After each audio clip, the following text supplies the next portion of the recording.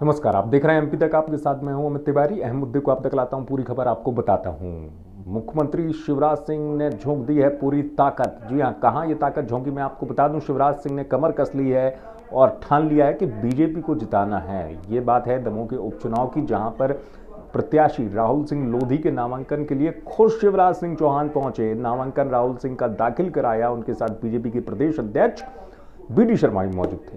नामांकन दाखिल कराने पहुंचे शिवराज, चलिए ये तो ठीक है, लेकिन मुख्यमंत्री खुद नामांकन दाखिल कराने आए। इसके मायने ये हैं कि मुख्यमंत्री किसी भी हाल में दमोह की हार को नहीं देखना चाहते, क्योंकि उपचुनाव में बीजेपी को बड़ी जीत मिली थी। और अगर एक सीट जिसमें मुख्यमंत्री अपनी मर्जी से टिकट बांटते हुए ये खास तौर पर नजर आए थे कि जयंत पलैया को दरकिनार कर दिया गया था और राहुल सिंह लोधी को पार्टी ने टिकट दी थी, क्योंकि वो कांग्रेस के विधायक थे, कांग्रेस को छोड़कर बीजेपी में आ गए थे।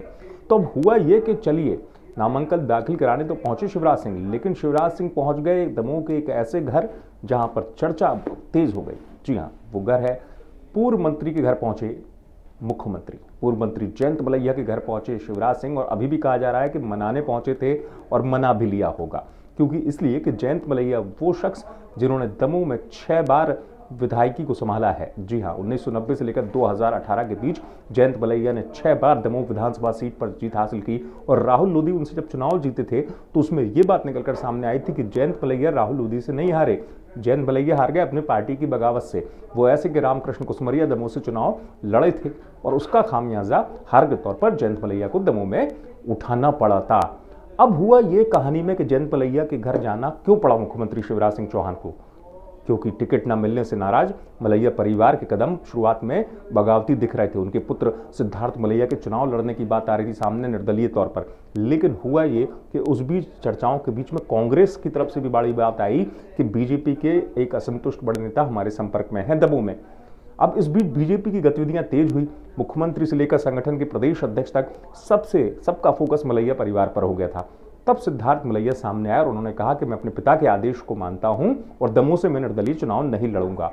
ठीक है, चुनाव नहीं लड़ूंगा, लेकिन उसके बाद ये बात सामने आई कि राहुल सिंह लोधी के प्रचार में मलैया परिवार का कोई भी सदस्य या उनके सहयोगी समर्थक कार्यकर्ता दमोह में घूमते नजर नहीं आ रहे हैं।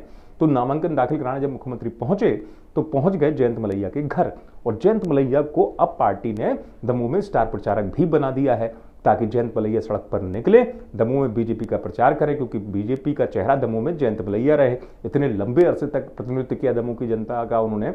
अब सवाल ये है कि शिवराज सिंह चौहान वहां पहुंचे, उन्होंने मनाया जयंत मलैया को।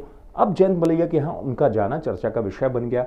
क्या मुख्यमंत्री वास्तव में कामयाब हो गए हैं? क्योंकि अब यह कहा जा रहा है कि मुख्यमंत्री के जाने के बाद शायद समीकरण बदलते हुए नजर आएंगे, जयंत मलैया प्रचार करते हुए भी नजर आएंगे दमोह में।